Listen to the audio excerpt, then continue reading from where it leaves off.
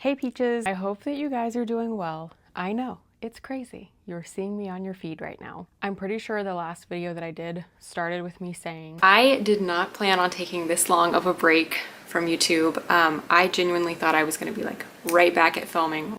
And now it's been 3 years. So I just kind of wanted to check back in with you guys and talk to you. I've been missing YouTube so much. I've been still uploading to Instagram really regularly, TikTok like some. You may have noticed I've started to post a few YouTube shorts here and there because I miss YouTube so much. So cozy on in, get you a snack, get you a drink, because I'm going to try not to ramble for too long, but we have a lot to catch up on. If for some reason this is the first video of mine that you are seeing, hi, my name is Sarah. I'm a full-time content creator and a stay-at-home mom with my toddler. And this is the story of where I've been for the last 3 years. It's always funny to me, some of you guys have like transferred over to my other social medias, so you've been with me like the whole time. And some of you, I'll pop on here and like do something and you're like, oh my gosh, where have you been? I know that there are some people that are wondering like, what the heck is going on? Where we left off, I was telling you guys my birth story, which is crazy that that's the last thing you've heard from me. I have no pre-planning that's gone into this video. Dash just got up from nap time, and during his nap time, I was like, I'm gonna make this video. So we're gonna see how scattered my thoughts are. So basically, if you guys were watching beforehand, you would have known a few videos before that, several videos before that. In August, my mom died. Now, this could be a 4-hour long, and in the shortened version, story of her and my relationship. But basically, we were not talking at the time. I really consistently and continually tried to text and talk with her and just never got much back. So that's kind of what was going on there. So already a really tricky situation. And then she died. So we were talking about the day that I was going to give birth and who was going to be in the room, because we did not know at that point. We were not going to be able to pick and choose who was there because of the vid. I forgot what we said, but basically one of us was like something about usually, you know, your mom's in there or something like that in the room. And I was like, my mom won't be there. And so like an hour or two later, I got a text message from my cousin's wife, who we don't speak like ever. So I knew that was weird that she was texting me and said, I needed to call my grandma, and I did. And my grandma was very upset and said that my mom had died. And that was that. So I'll let you know before we get further into this, because like I said, this may be my first video of mine that you're watching. I have a very like dark and sarcastic sense of humor sometimes. And so sometimes at the start of like that particularly, how I was getting through that was like trying to make jokes so I wouldn't be upset. I was thinking last night, because I think about my mom all the time, semi-regret, and I also don't regret that during that time it was such a crazy thing. That day was so crazy because, like I said, we're literally planning my baby shower and like my birth plan and like all of this stuff. And I was the only family member other than my grandma that was like pretty close by.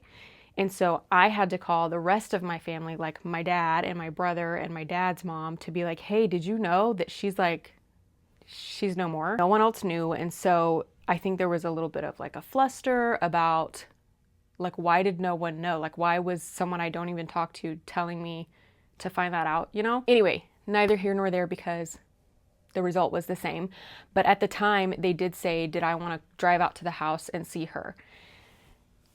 Now, I understand for closure purposes, sometimes this is how things go for people. And I am sometimes some people, because I, not too long after that, did see someone who had passed away, and we literally went to go see them, like part of the thing. Also, there is something so upsetting about seeing someone like that, not even at the funeral, but like at the scene of the crime, you know what I'm saying? Like in the middle of it, that's like, I don't want to think about this and be able to recollect this.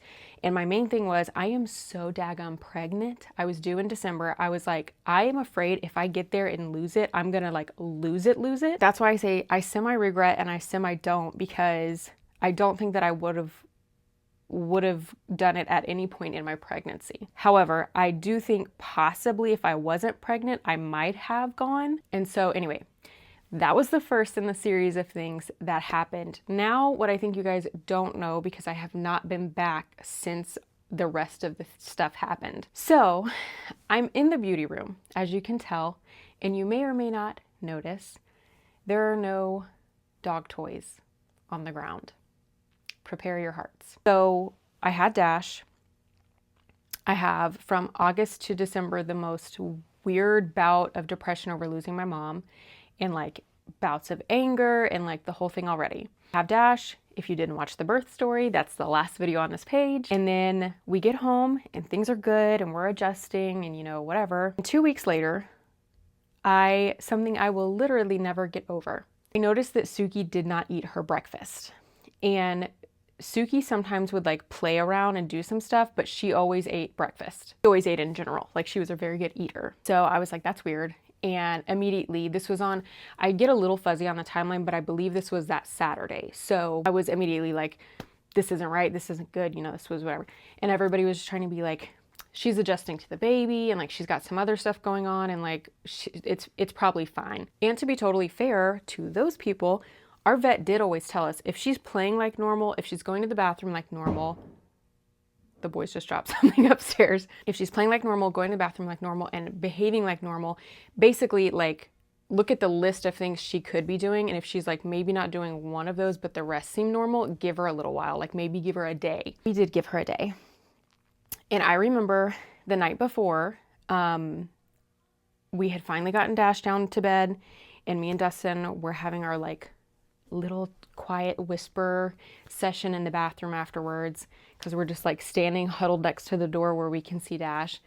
And I said, I swear to you, if we lose that dog, like I cannot go through another loss like this. And the next morning, I think it was that she'd gone to the bathroom in her crate and I was like, we got to call, we got to do something. And so, I went to let her out to go to the backyard to go to the bathroom and she didn't make it to the door and I noticed blood. And so then she started throwing up and it was just it was like, I literally can never get over how quick everything happened with her. I went from being like, I don't know, maybe is she okay, to like, we've got to take her right now. So in case I didn't mention this, this is like Christmas weekend. And so again, I can't remember the days, if it was Christmas Eve day or Christmas Day, or like right after, but however it fell, no one was open. No regular vets were open that day. So we start calling all of these other vets trying to figure it out. And we finally found one that was open and took her, and they were like, she is such a big dog that like, basically we don't know what's going on, but she's such a big dog that if we go through and like have to do some sort of procedure and she starts bleeding, like they don't have enough to do an infusion there, which I never would have even thought about that being a thing, but that makes sense. And so they were like, there's this other place that's really good. You should take her there. All this time I'm at home with a brand new baby, brand spanking new baby, right? Already in like the throes of depression. And Dustin is just calling me every once in a while and being like, here's a little bit of an update. And I remember one time he called me and was like, it's not looking good. So I was very, very upset from then on out, was upset beforehand. And so we got to bring her home on her last night. And we're fine. We got to bring her home on our last night and she was so like cuddly and sweet. And just the way that things were told to us, and I'm not saying they did something wrong, any of the emergency vets did something wrong. It just was so confusing and so fast that I remember when she left that morning, I woke up early to be able to see her before she went, and she had a little like cone on. She had her little cone on, and I remember just like loving on her and being like, you be a good girl, I'll see you in a little bit, okay? Like nowhere in my mind, because now we've made it to this vet that they were like, they'll be able to help her. Nowhere in my mind was I like, this is the last time I'll see you ever. So I just really, you know, was like, I love you, you be a good girl, I'll see you when you get back. And whatever, she never came back. So basically they still don't know what happened, if it was either a very fast form of cancer or if she had been poisoned. And poisoned was the weird case scenario, because what I couldn't also get over was, obviously while I was at the hospital having Dash, we had someone coming to take care of her, but they would like leave her out for a while because that's what we did. When we were home, she had a very nice fenced in yard that we would let her go out in during the day. So basically they were like, do you think maybe she went to like the creek and ate something? Or like all of these other things. And anyway, so That was obviously a devastating blow to us.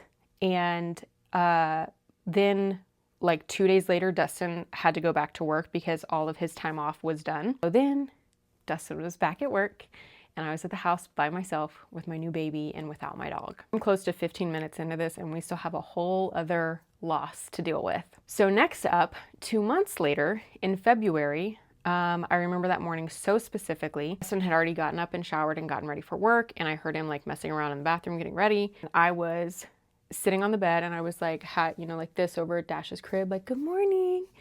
How'd you sleep? And like all of that. And Dustin came out and I just knew by the look on his face that his grandmother had passed away. That was our 3 in a row, our third loss over that time. And I will be honest with you guys, I am a Christian. And during that time was one of the first times in my whole life where I feel like me and Dustin both were kind of looking at each other like, why is this happening? So many things do happen in life that are not fair, and I just feel like that was the first time that we both sort of were like, I don't get why this is going on like this, during something that's supposed to be like the happiest time of our life, all of this tremendous loss around it. It just was such a hard time. Speaking of Christian, and I won't get too much into this, I definitely will if this is something that you guys have questions about or would want to hear about more. I also feel like I had a little bit of a falling out that I'm really just now kind of getting back on my feet about, and that is my walk with Christ, because during this time we were members at a church that we had gone, no pun intended, but religiously every single Sunday. In addition to that, we were in a small group that met every Sunday night. So we were in church Sunday morning, we were at group Sunday night. We were in that church for years. We were in the group for like a year and a half or a year. And honestly, I can think of like 2 times in that time span that we missed a Sunday night group. I remember thinking when we first started going that a lot of the women in the group it was like couples. So a lot of the women were maybe like a touch older than me and already had like a kid or 2 or 3. And then the next age group was like early college, like maybe they had just started college. And so I kind of always felt like I didn't really fit in. I still very much tried, and it wasn't even necessarily like anyone was like super rude to me. I just never felt like I was fitting in there very well. So it was kind of that feeling like in high school where the cool girls are like, oh yeah, you can like sit at the table with us, but they don't like talk to you very much, After I lost my mom, after we lost Suki, and after we lost Dustin's grandmother, not a single person from that group ever said boo to me. And that really, really upset me because I bought daggum fundraisers from those people's kids. There was one person in the group who lost his parents, and I was like, we got to reach out to him, make sure he doesn't need anything. And we didn't even know him very well. And having not a single person in what was literally coined a community group say a word to me sent me so far down the spiral of ending my life that it took me months. Nay, it took me a year and a half probably to stop thinking about that. So I know this sounds so negative so far, but becoming a mom has been an amazing thing. It has been so super difficult for me. And one of the last-ish points that I'll make about it is if you ever are like, I wonder if this person would really come through with me, have a daggum child, because either they will or they won't. And I had so many people that didn't.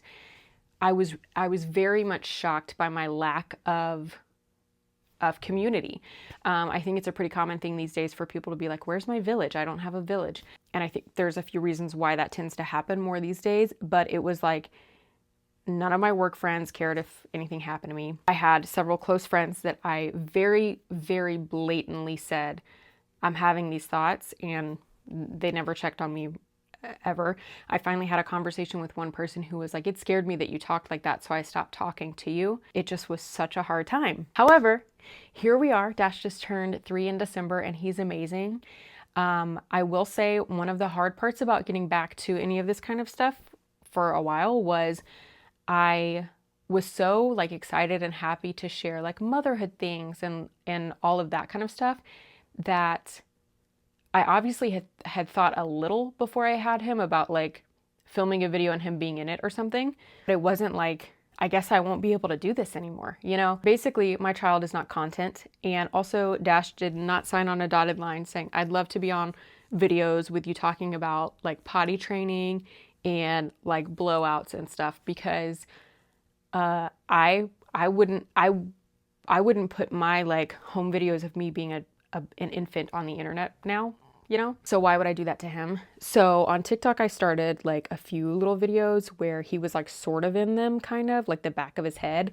And then immediately I was like, I just feel so funny about this. And so a little bit of time, it was me trying to be like, how can I incorporate this part of my life that's such a big part of my life? Surviving postpartum depression, it becomes a huge part of your personality afterwards. I swear it does. It's like, how am I going to do this without including him? And not that it's hard, you know, it's not difficult not to show your child's face, but I was just trying to work out the technical aspect of it. And especially because I'm here all of the time with Dash by myself. It's like me and him day in and day out. And so this typically he'd be like running behind me and it's like, how am I going to do that? That's the main reason I have not uploaded a YouTube video, is because I have had the smallest amount of help possible, which I'm so grateful for.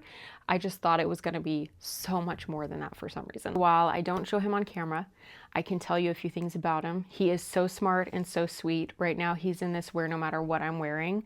I.e. the other day I was in my very worn, like sweaty, nasty pajamas, and he was like, Mama, I love those pajamas. Those look so nice on you. Like, he's just the sweetest soul. Another example of how he just has the most caring, kind heart of a toddler ever. My grandma was up and it was like last month, so it was really cold out already. He saw her sit down and not even make like a big, like she wasn't like gesturing that she was cold. She just sat down, and Dash was very concerned about her being cold. And so he said, "Are you cold, Gigi?" And I remember her looking at me like that was the sweetest thing she's ever heard. And she said, "I'm a little cold." And he said, "Well, come get under this blanket." Like, I don't know.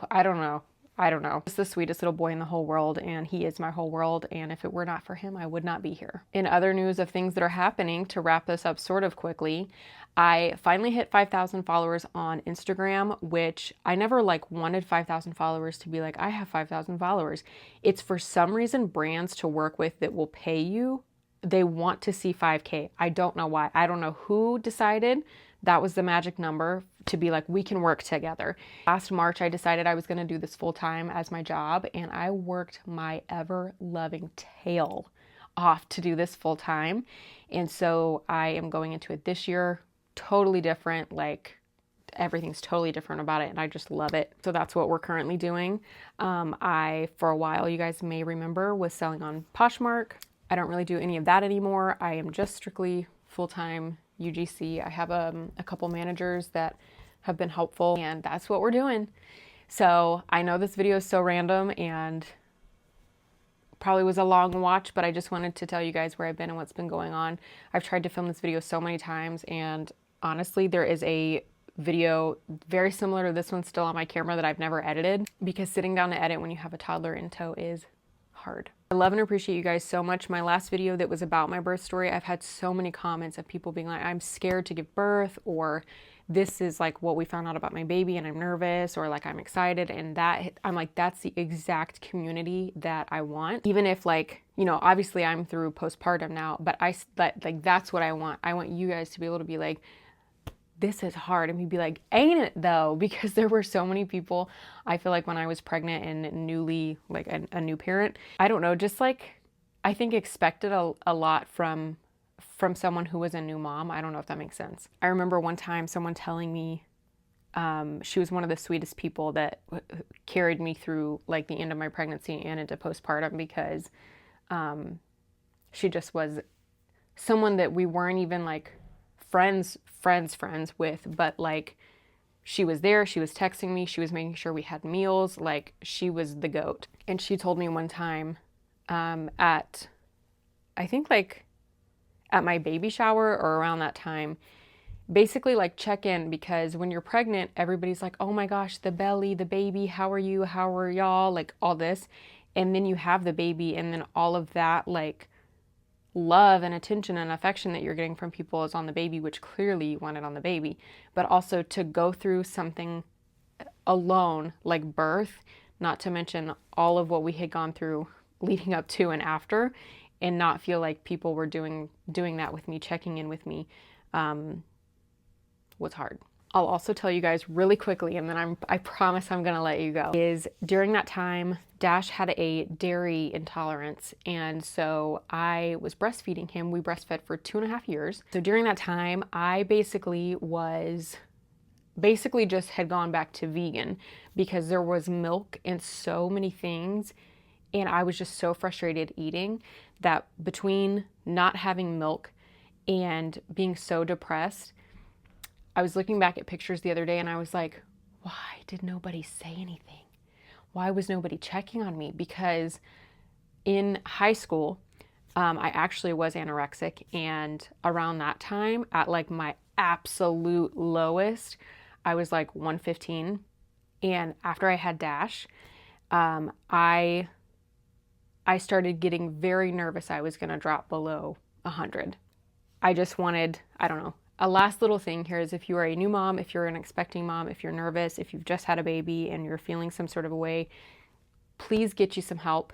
I would love to chat with you guys. Like I said, I'm really active on Instagram. I'll have all my handles listed somewhere, either on this video or in the caption, but if this is where you're at, leave me a comment here. I'm always checking my comments here too. I love you guys so much, and thank you so much for all the support and for waiting patiently for another video.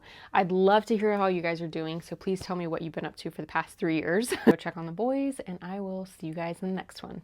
Bye.